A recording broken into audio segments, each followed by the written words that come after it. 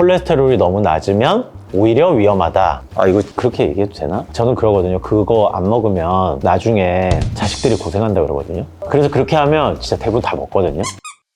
네, 안녕하십니까. 저는 용인세브란스 병원 심장내과에서 심혈관 중재술을 하고 있는 김용철이라고 합니다. 반갑습니다. 콜레스테롤에 대해서 많은 질문을 주셨는데요. 답변을 좀 해보도록 하겠습니다.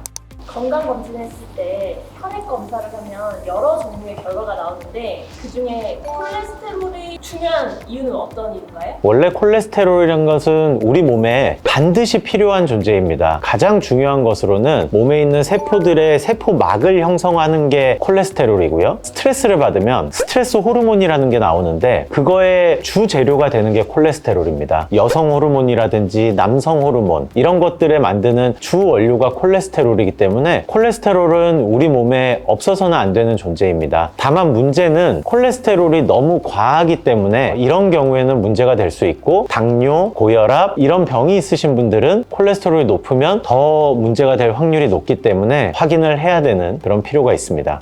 콜레스테롤이라고 다 나쁜 게 아니네요. 그러면 콜레스테롤을 무조건 낮춰야 된다. 이 말도 그러면 잘못된 말이겠네요.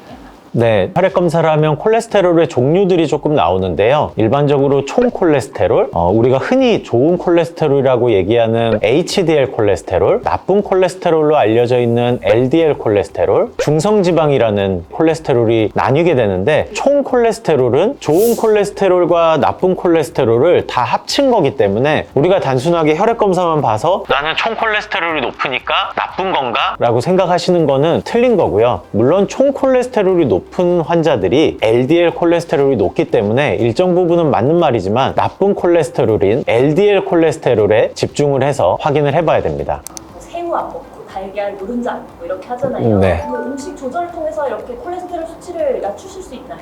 저희가 보통 콜레스테롤을 먹으면 콜레스테롤 수치가 엄청 올라간다. 네, 올라가는 거는 사실인데요. 먹는 부분에 의해서 올라가는 부분은 그렇게 높지 않습니다. 전체 콜레스테롤을 만드는 거의 약 80%는 우리 몸 안에서 만듭니다. 우리 몸에 콜레스테롤을 만드는 공장이 있다고 생각하시면 되고요. 나머지 20%가 먹는 거를 통해서 이루어지기 때문에 병원에 가시면 나쁜 콜레스테롤이 높은데 저 약 먹어야 되나요? 그냥 식이 조절하고 콜레스테롤 떨어지는 거를 제가 기다리면 되지 않을까요? 라고 하면 LDL 콜레스테롤은 잘 떨어지지 않습니다. 아무 고혈압, 당뇨가 없으신 분들은 그렇게 식생활 습관을 개선할 수 있지만 급성 심근경색이라든지 협심증 환자들은 반드시 약을 먹어서 특히나 나쁜 콜레스테롤인 LDL 콜레스테롤을 낮추는 그런 노력을 해야 됩니다. 그럼 콜레스테롤이 높으신 분들이 조심해서 먹어야 되는 그런 음식 같은 게 있을까요? 콜레스테롤에 지금 얘기하는 거는 전부 다 나쁜 콜레스테롤인 LDL 콜레스테롤이라고 생각하시면 되는데요. 콜레스테롤이 높은 거를 먹으면 콜레스테롤 우리 몸에 올라갈까요? 일정 부분은 맞지만 탄수화물을 줄이는 게 더 중요합니다. 왜냐하면 탄수화물이 우리 몸에 들어와서 콜레스테롤을 만드는 주 성분이 되는 거거든요. 탄수화물을 너무 과하게 먹으면 오히려 콜레스테롤을 높이는 작용을 하기 때문에 콜레스테롤을 줄이기 위해서는 굳이 식생활까지 막 조절을 해야 된다. 그렇게 원하시면 탄수화물을 줄이는 노력도 같이 해야 됩니다. 어차피 이 콜레스테롤은 필요하니까 만들어지는 거니까 너무 낮으면 사망 위험이 높아진다. 네. 이런 얘기도 속설도 있거든요. 이건 어떻게 생각하세요? 그러니까 유튜브를 보다 보니까 정말 그런 내용들이 많이 있더라고요. 콜레스테롤이 너무 낮으면 오히려 위험하다. 뭔가 그래프도 막 제시하고 이러는데 뇌졸중, 급성 심근경색, 협심증, 지병이 있는 환자들, 이런 환자들 같은 경우에는 LDL 콜레스테롤은 낮으면 낮을수록 무조건 환자에게 좋습니다. 이거에 대해서는 논란의 여지는 있을 수 없고요. 아무 지병이 없는 사람들을 LDL 콜레스테롤을 엄청나게 낮춰야 되냐? 사실 그럴 필요까지는 없습니다. 하지만 분명한 사실은 LDL 콜레스테롤이라는 거는 단순히 높은 거에 대해서만 문제가 되는 게 아니라 시간이 지나면 지날수록 우리 몸에 축적이 된다고 생각하시면 됩니다. 몇몇 분들은 좋은 콜레스테롤, 네. 나쁜 콜레스테롤이라는 말 자체가 더 헷갈려. 라고 하는 분들이 있어요. 아, 그래요? HDL 콜레스테롤, LDL 콜레스테롤의 의미는 합성어입니다. LDL이란 거에 콜레스테롤이 붙어 있는 거, HDL이란 것에 콜레스테롤이 붙어 있는 것을 우리가 이렇게 부르는 겁니다. 콜레스테롤은 우리 몸에 반드시 있어야 할 존재인데 수용성이 아니기 때문에 우리 혈액에 녹아 들어가지를 않거든요. 이거를 택배 상자에 담아서 우리가 원하는 장기에 보내줍니다. 그거를 LDL이라는 택배 상자에 넣은 콜레스테롤을 우리가 LDL 콜레스테롤이라고 하고요. 세포를 많이 만드는 근육에서 LDL에 포장되어 있는 콜레스테롤을 보고 가지고 와서 여기서 사용하고, 부신이라든지 아니면 성호르몬을 만드는 곳에서 택배 상자에 담겨져 있네? 아, 우리가 쓰는 거야. 그러면 여기 와서 우리가 사용하고. 그러는데 이게 너무 과하게 되면 근육이라든지 성호르몬을 만드는 곳에서 야, LDL 콜레스테롤 우리 이제 필요 없어. 우리가 더 이상 쓰지 않을 거야 하면 얘네들이 이제 혈액을 막 타고 돌아다닙니다. 그러다가 어디 혈관이 상처받은 데가 있으면 LDL 콜레스테롤이 박히면서 동맥경화를 악화시키게 되거든요. 그렇기 때문에 우리가 LDL 콜레스테롤을 나쁜 콜레스테롤이라고 부르는 거고, 그러면 HDL 콜레스테롤은 뭐냐? 콜레스테롤이 LDL 택배에 쌓여져 가지고 여러 군데로 잘 필요한 곳에 쓰이는데 잘못 택배가 전달된 곳도 있을 거거든요. 잘못 전달된 콜레스테롤을 HDL이라는 택배 상자에 그 잘못 전달된 콜레스테롤을 다시 집어넣습니다. 환불해 주는 거죠. 환불한 콜레스테롤이 어디로 가냐? 간으로 와서 그 콜레스테롤은 분해가 되는 거죠. 그래서 우리는 HDL 콜레스테롤을 좋은 콜레스테롤, LDL 콜레스테롤을 나쁜 콜레스테롤이라고 부르는 겁니다. 하는 작용이 다른 거지 어떻게 보면 성분은 같다는 말씀. 네네. 안에 콜레스테롤이 들어있는 건 똑같고, 단지 택배 상자가 반품 택배 상자냐 아니면 사용하는 택배 상자냐, 그거의 차이인 건데, 우리가 필요 없는 제품을 너무 많이 사면 나중에 필요가 없게 되잖아요. 그게 혈액에 막 떠돌다가 혈관이 닫힌 부분이 있으면 이제 혈관 같은데 그 틈새에 끼어 들어가게 되면서 동맥경화를 악화시키게 되고, 그런 것들이 심해지면 여러분들이 많이 듣고 있는 뇌경색, 급성 심근경색 이런 거를 유발하기 때문에 LDL 콜레스테롤은 나쁜 콜레스테롤, 혈관에 막 박혀있는 콜레스테롤을 우리가 다시 제거를 하려면 HDL 택배 상자에 콜레스테롤을 집어넣고 다시 반품, 간으로. 그래서 HDL 콜레스테롤은 좋은 콜레스테롤. 콜레스테롤이 석회랑 같은 말은 아닌 거죠. 그쵸, 아니죠. 당뇨나 고혈압이 있는 환자들은 혈관이 나이가 들기 시작합니다. 동맥경화가 발생한다고 얘기를 하는데 주 악화 원인으로 LDL 콜레스테롤, 그래서 혈관에 LDL 콜레스테롤이 쌓이면 그게 너무 오랫동안 지나면 딱딱하게 변합니다. 그게 석회화라고 저희가 표현을 하는 거고, 우리 조개 껍데기 있잖아요. 거기에 주 성분이 칼슘입니다. 칼슘화 된다는 거를 저희가 석회화라고 하는 거고, 심장 혈관에 석회화가 보인다 그러면 동맥경화가 오래됐구나 라는 거를 의미한다고 생각하시면 됩니다. 그럼 결국에는 콜레스테롤이 석회화가 된 거네요? 네, 맞습니다. 다른 성분은 아니고. 네네. 석회화가 높다는 얘기는 동맥경화 좀 진행이 됐다는 거고, 그러면 이게 콜레스테롤이 높다는 거랑 연관이 있냐 아니면 높을 확률이 높냐라고 하면 높을 확률은 높지만 이게 사람들마다 기본적인 콜레스테롤 수치가 서로 다 다르거든요. 체질적인 면도 있거든요. 근데 대체적으로 석회화 수치가 높으면 콜레스테롤 수치도 높다라고 얘기를 할 수 있을 것 같습니다. 심장 건강 관련한 네네네. 질문인데요.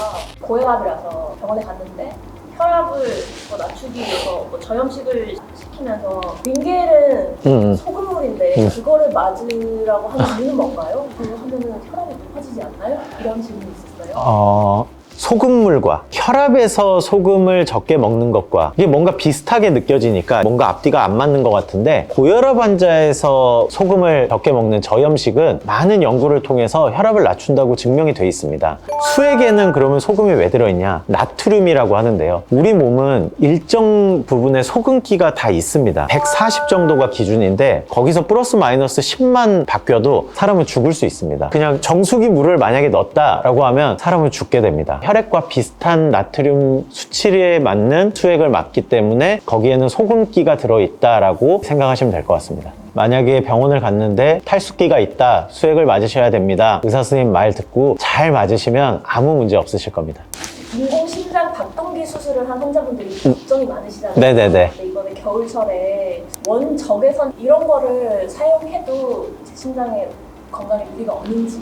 CT를 찍을 때 걱정하시는 분들, MRI를 찍을 때 걱정하시는 분들, 원적외선이라든지 따뜻하게 하는 거를 사용할 때 걱정하시는 분들이 있는데, 사실 그런 것들 사용하는 거에 대해서는 걱정하실 필요가 없다고 말씀을 드리고 싶고요. 그런 거 다 편하게 사용하시고, 혹시나 그런 게 불안하다라고 하면 주치의 교수님한테 진료 볼 때 한번 물어보시는 게 제일 확실합니다. 주변에서 야, 이건 괜찮더라, 이거는 몸에 좋더라, 이거는 몸에 안 좋더라, 이런 거를 다 고지고대로 듣지 마시고 하고 진료실에 들어가면 머릿속이 다 하얘진다고 하거든요, 환자분들이. 그래서 진료 전날 궁금한 부분들을 이렇게 메모를 해서 꼭 진료하시는 선생님들한테 물어보면 아마 친절하게 다 답변해 주실 것 같습니다.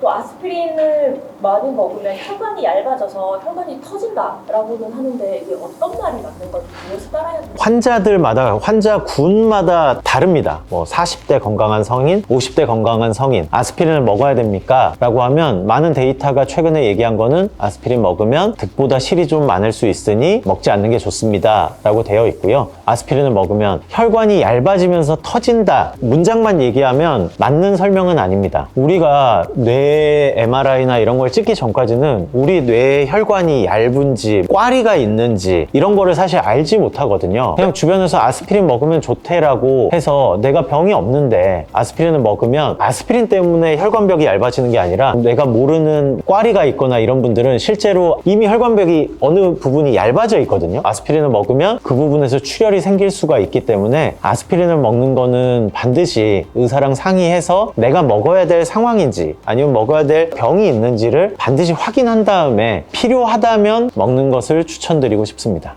부모님이 부정맥이 있는데 네. 자꾸 약을 안 먹으려고 해요. 이럴 때는 어떻게 해야 하나요?